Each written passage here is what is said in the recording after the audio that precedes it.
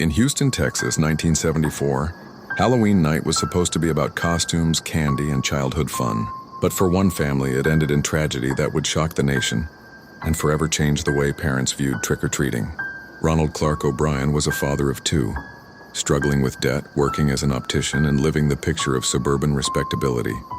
To neighbors, he seemed like a quiet man trying to make ends meet. But behind that calm exterior, O'Brien was drowning financially, desperate to find a way out. And he believed he'd found it in a deadly plan. On October 31st, O'Brien took his two children, 8-year-old Timothy and 5-year-old Elizabeth, trick-or-treating in their neighborhood. He was joined by a neighbor and his children. At one house, no one answered the door, but moments later, O'Brien suddenly produced giant 21-inch Pixie Stix candies and gave them to the kids. He claimed a neighbor had given them out. What the children didn't know, what no one suspected, was that the Pixie Stix had been laced with cyanide. O'Brien had taken out massive life insurance policies on both his children earlier that year. The plan was simple and cold-blooded: kill his son for the payout using Halloween as cover. Later that night, Timothy begged for candy before bed. O'Brien handed him the Pixie Stix. The boy had trouble getting the powder out of the straw, so his father helped loosen the clumps. Within minutes of swallowing it, Timothy was vomiting violently, convulsing on the floor. He died less than an hour later on the way to the hospital. At first, the community was gripped by panic.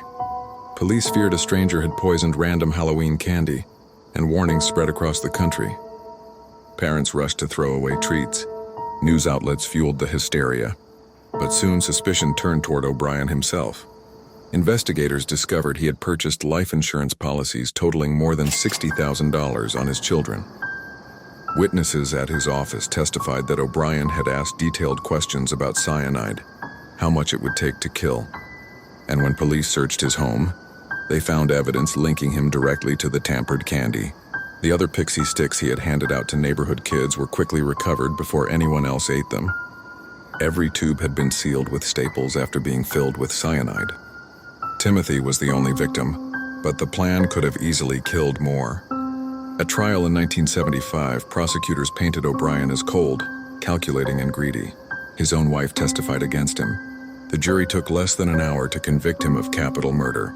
He was sentenced to death. On March 31st, 1984, Ronald Clark O'Brien, by then nicknamed the Candyman and the man who killed Halloween, was executed by lethal injection in Texas.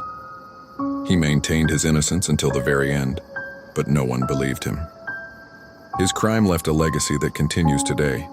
The myth of strangers poisoning Halloween candy still circulates every October.